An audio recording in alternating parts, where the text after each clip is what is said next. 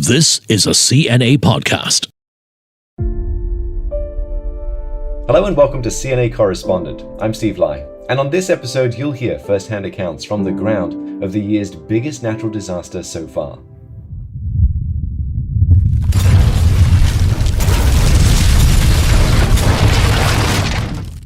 Tremors have continued to rock Turkey and Syria, following a magnitude 7.8 earthquake that caused widespread death and devastation on a massive scale. The first tremor struck at 4 a.m. local time on Monday the 6th of February. A second, a little later, measured 7.6. The region has been rocked by more than 10,000 aftershocks since. At the time of this recording, the death toll has crossed 50,000, with Turkiye accounting for around 45,000 and Syria 6,000. To tell you more about the scale of destruction and the challenges faced in the rescue and relief efforts, I'm joined by our correspondent who was on the scene soon after the quakes hit, Trent Murray. Trent, thanks for joining me today. Pleasure to join you. Trent, you're not usually based in Turkey, so where were you when you heard the news, and how quickly did you get there? That's right. I'm normally the Berlin correspondent, so I keep my eye on Germany and Central Europe. But that morning when the quake hit, I actually overslept my alarm. Normally I'm up quite early and the first thing I do is check the news. But on that morning I got woken up by a phone call about the earthquake. And I was told I maybe needed to get ready to go to a place called Gaziantep. And at that point in time, I just didn't even know where that was. But very quickly, the situation started to dawn on myself and my colleague here that this was a big story. And so we immediately sort of started the scramble in order to get there. Turkey has a big diaspora community in Germany, so flights and transport from here are fairly easy, but it was certainly outside my normal reporting backyard, if you like, and so it was a little bit difficult trying to get my head around where to go, where things were, where the infrastructure was available, but we did our best, and we made our way to the scene on a couple of hours after the quake. And that was an incredibly quick response. Usually when trips like this are sort of planned, a fixer is involved. Did you have a fixer on the ground that could help make the arrangements for logistics and things? Well, I was very fortunate in the sense that my colleague here, Bunyamin Kasap, is actually Turkish born. He lives here now with his family, but he has many years of experience working in Turkey. He covered a lot of the Syrian civil war at the time from the Turkish side of the border. He knows the region very well. He's obviously got friends and family and also a lot of media contacts. So he was able to get a handle of where to go, what to do. But even for him, a person from the country, it was very difficult because a lot of the airports were closed, the runways had been damaged, a lot of the major motorways into the area had been damaged. So it was not easy to try and find a way to get there. One of the other challenges that we had was that I think seemingly what happened was a lot of European press had the same sort of directive as we had, and so flights were filling up very, very quickly. We actually couldn't get a flight from Berlin Airport because they sold out within a few hours of that morning. So we had to take a train to a city nearby called Leipzig. It's about 2 hours away, much smaller airport, not somewhere you would normally use for a big international trip, but it was the only place we could get seats in order to try and get in there quite quickly. And so that was sort of the type of, I suppose, out of the box thinking that you kind of require at a moment like that in order just to try and get there quickly and get your feet on the ground to cover the story. Well, it's great that you were able to move so fast and incredibly handy to have someone that knows the area, speaks the language, I presume, as well. Once you were on the ground and saw firsthand what had happened, what was your initial reaction and what did you start reporting on first? Look, I think the moment it really dawned on me just how big this was actually when we first landed in Istanbul. Now, Istanbul airport is very new. It's massive. I would actually compare it to Singapore Changi in many ways. It's a huge crossroads for the world. But when we landed there, it was clear that this was a huge moment for the country because on all of the televisions were the rolling news channels. People crowded around watching those early scenes of people still being rescued. It had been less than 12 hours since the first quake hit and then the subsequent aftershock, which was almost as big. Security personnel, police were watching the news on their phone. People were distracted by what had happened. And there was still a sense, I think, of shock and people were stunned. And then when we made our way out of the baggage area, we saw almost this organized chaos, if you will. There were hundreds of people there. Now, this is in Istanbul, I should remind you. It was not affected in any way. But there were hundreds of people which had traveled to the airport because they had got a text message from local charities and disaster response agencies asking for volunteers to come and help. And the country's flag carrier, Turkish Airlines, had effectively set up an air bridge very quickly for volunteers to be able to fly from Istanbul down into the quake zone and assist. Many of the people had no experience, they had no tools, but they were signing up with people with clipboards and megaphones announcing which names were ready to board these flights. And it was just such a scene of, organised chaos is one way to describe it, but also just that was one of the first things that hit me is, wow, this is a country now that is really mobilizing and is almost on a war footing to try and respond to this disaster. We then slept the night in Istanbul because we couldn't get down there that night. The very next morning, we then traveled to a place called Elazig. It was not heavily affected. It lost some buildings and suffered some damage, but we then set up our base there, and it was from there that we were then able to make the drive every day into the quake zone where things were really bad. Yeah, remarkable to see sort of just the population in general mobilizing to see what they can do to help.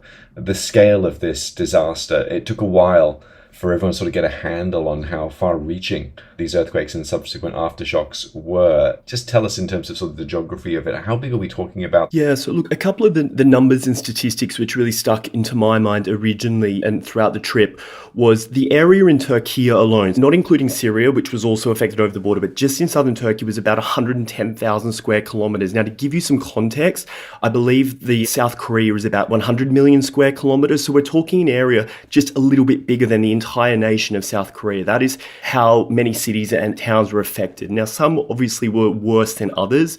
The number that we also learned quite quickly was around 6,000 buildings had collapsed. Many of them were high-rise apartment towers. And so that is why the death toll was very high, because people were sleeping in the middle of the night. The first quake hit at about 2 a.m. Obviously, at 2 a.m., if you're, on level 20 of a building which is coming down, what hope do you have, really? And then you're buried under there in the rubble. I think the thing that really sort of stuck out to me was those cities that weren't affected as bad, like Elazig, were then effectively marshalling grounds for their counterparts down the road which were badly affected. So you would see, for example, people going to petrol stations and filling up jerry cans and tanks in order to drive them down to places like Malatya, where I spent most of my time. It was very badly damaged, and there was like little electricity, no water, there was no bathrooms for people to use. It was really bleak. And so that is why you sort of saw people in the other cities trying to assist as much as they could, even just little things like going to the grocery store and stocking up on food and supplies and then driving them down the road. There was a lot of that going on, a lot of shuttling back and forth. But yeah, the scale, you were just driving through these neighborhoods, Steve, and you would drive down the street and it was just almost a horrific lottery, if you will. You'd have one building completely collapsed and then next to it, one standing, and you just think it's hard to fathom or understand how that happens. But I think the subsequent investigations into the engineering of some buildings will explain why some came down and some didn't. That is an element of this story that is also going to be playing out for some time. Building standards, practices of the construction of these buildings has come into play as well. We know the President, Recep Tayyip Erdogan, has come under an incredible amount of criticism for how the government has responded to this. We're going to take a short break. Still ahead on CNA Correspondent, you'll hear a high school student's harrowing farewell message to his loved ones while trapped under the rubble of his home and how he made it out alive. Hi, my name is Julie Yu, and I'm the host of the Climate Conversations. Each week, I speak to guests who give us tips on how we can protect the Earth. Every once in a while, we also have interesting stories, like how Singapore's first Tesla owner prompted billionaire Elon Musk to reach out to Prime Minister Lee Hsien Loong, or a chef who makes the juiciest burgers from only plant-based ingredients. For more stories like these, look for the Climate Conversations on our CNA and Me Listen apps or wherever you get your podcasts. I want you to imagine the scene. You wake up to the world crumbling around you. The weight of your collapsing home traps you face down under the rubble. You have one arm free and your mobile in your hand. But there's no signal and you have no idea how long you can survive or if you'll be found. What do you do? High school student Taha Erdem recorded what he thought would be his final words. We're still shaking. Death, my friends, comes at a time when one is least expecting it. There are many things that I regret. May God forgive me for all of my sins. If I get out of here alive today, there are many things that I want to do. Taha was one of the lucky ones. He was rescued and reunited with his family. His video message went viral and served as an example of hope for many. Trent Murray is here with us, and he was there on the ground in Turkiye, covering the aftermath of these earthquakes. Trent, you witnessed search and rescue operations while you were there. Most didn't have a happy ending. No, that's right. That was probably one of the hardest and saddest things about all of this, was that you would stand there for hours and hours and hours watching heavy machinery pour over these sites of collapsed buildings, concrete bricks, people's lives strewn out on the street because their home has collapsed. And you would just have no news, or you would get some news, but then it would turn out to be false hope. What was also very hard was standing there watching that next to many family members who had loved ones living in the building that they were looking at. They were waiting for news as well. I remember one building I was at in the opening few days that I was there, they said around 80 people lived in there before it came down. They'd already pulled 50 out that hadn't survived, and they were desperately looking for the final 30. I was there for about 2 days and I just didn't see anybody pulled out from that building in that 30. What I did see, and it was a weird feeling to, I suppose, be happy about that, but I saw a cat pulled out alive, this white little furry cat that then a bunch of soldiers were caring for and took back to the base with them, we understand, and they now have sort of taking care of it and it's living with them from what we were told. But you sort of start to question the ethics and morals of whether you should be pleased about seeing a cat when you're still looking for human survivors. But, you know, I suppose you look for happiness or joy where you can find it. But it was very hard during that time because you would hear the occasional wail, you would hear people crying, you would see people praying. They were bitterly cold. It was about minus 10 degrees at times, standing next to fires, but they just would not give up that vigil of watching what remained of their loved one's building, hoping that maybe the person they were looking for was still in there clinging to life. But obviously, as each day went by, that window of survivability was closing and the chances of finding more people fell. Yeah, and the challenges for the rescuers as well, mental sort of aspect of it is incredibly tough. I'm going to play a clip of one of your live crosses that really highlights how difficult the search for survivors was.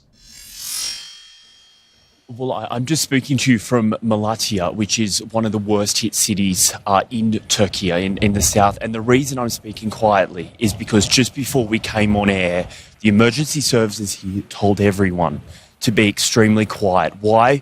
Because they think under the rubble they may have just heard a voice.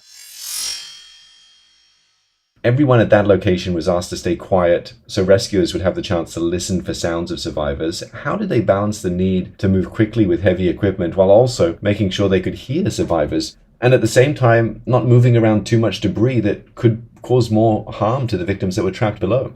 I mean, that was one of the questions I asked myself a lot, you know, not being an expert in search and rescue, is how you can have these heavy machines breaking through concrete and while also knowing that there are human beings underneath there. It must be a very difficult balance. And I remember that live cross very well because in that moment I actually got quite stressed in my head because I could hear in my ear the anchor in Singapore getting ready to come to me right at that moment that the rescuers were screaming to everyone to be quiet. And so I was worried I was sort of going to have this moment of standing on screen and being mute and people not knowing what was happening. And I just sort of took a decision to try and whisper. And I hoped that the team in the gallery in Singapore would just be able to boost up my volume so I could say what was happening. But that happened a few times where you would have everybody told to be quiet. All of the machines were switched off and you could just hear a pin drop. It was deadly silent, and that was because they quite literally often were putting their ear up to concrete or fallen brick walls and trying to listen because maybe they thought they heard a whimper or somebody crying out for help.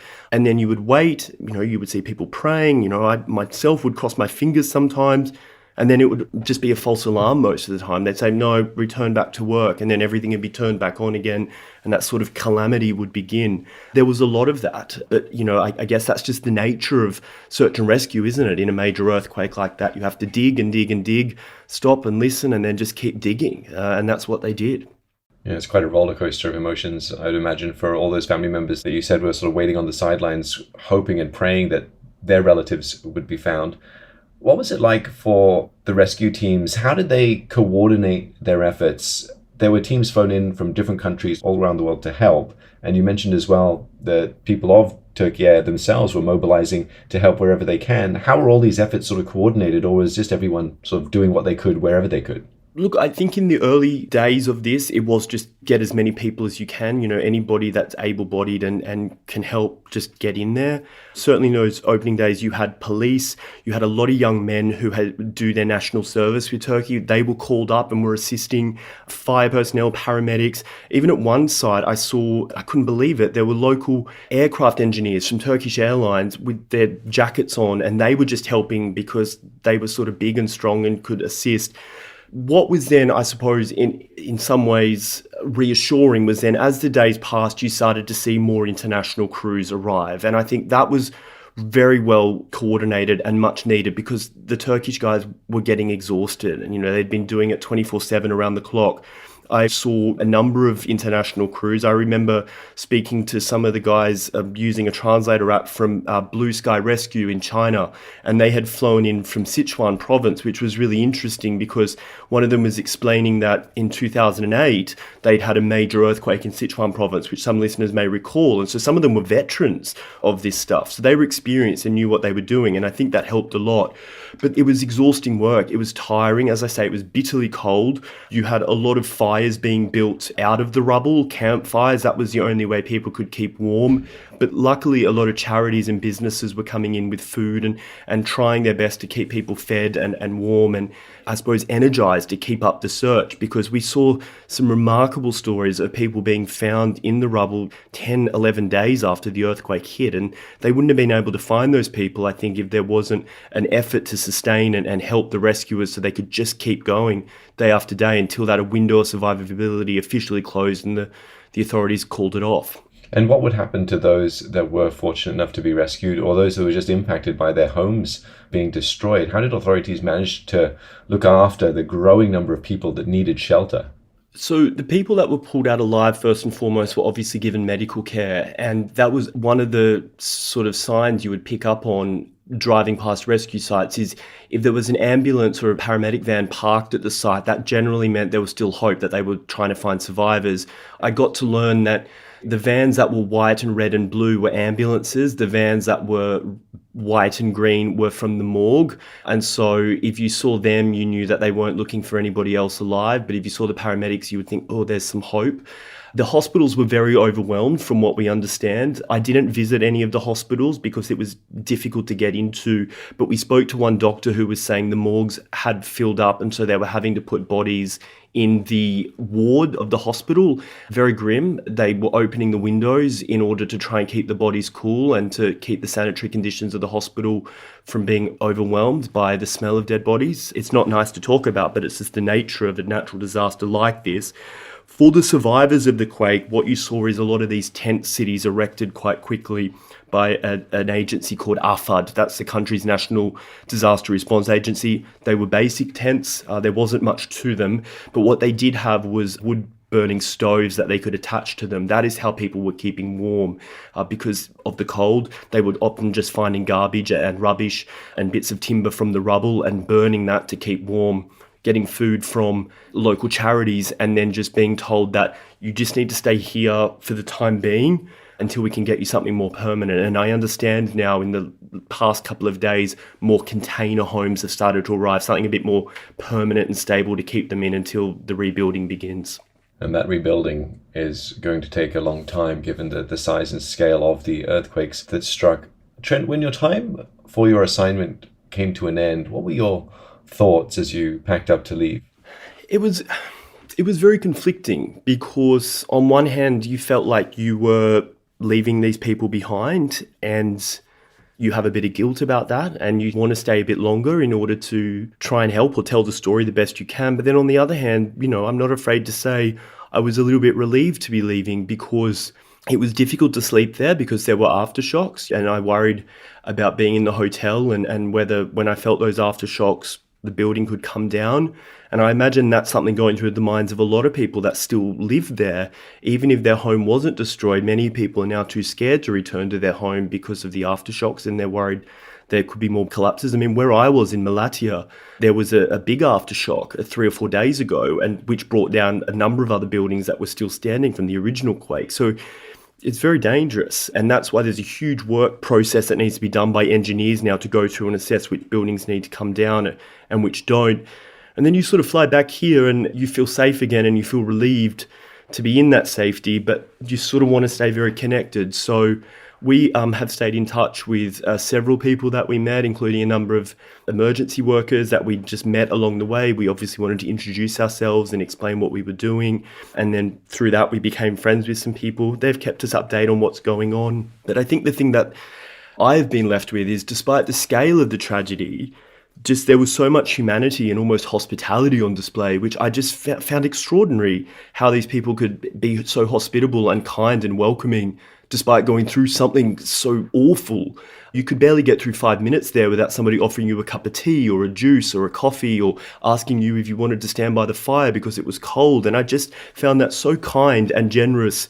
And I just was really taken back by that. And that's why I'd really like to go back to Turkey in the next couple of months as they work on that rebuild, to sort of see the next phase, because these people need to pick up their lives from the pieces of all of this. And I think that's an important part of the story, is just how they do that. It certainly is. I really do hope you get the opportunity to do that, Trent, and then maybe we can get you back on CNA Correspondent as well, and we can do a follow-up piece on that. That would be awesome. Thanks so much for your time today. Thank you. At the time of this recording, the number of those killed and injured is still rising, and the aftershocks are being felt politically too. Facing calls for his administration to resign over their handling of the disaster, Turkish President Recep Tayyip Erdogan has asked for forgiveness, admitting to shortcomings in his government's response to the earthquakes. The UN estimates more than 500,000 homes need to be rebuilt. That will take time, and is the challenge that lies ahead of President Erdogan as he seeks another term as president after 2 decades in power. The TV version, CNA Correspondent, airs on CNA every Wednesday at 9:30 p.m. You can also catch up with it wherever you like on cna.asia. Do like and subscribe to this podcast version that takes you behind the scenes with our correspondents. Thank you for listening. Our podcast team is made up of Sai Wind, Crispina Robert, Clara Ong, and me, Steve Lai.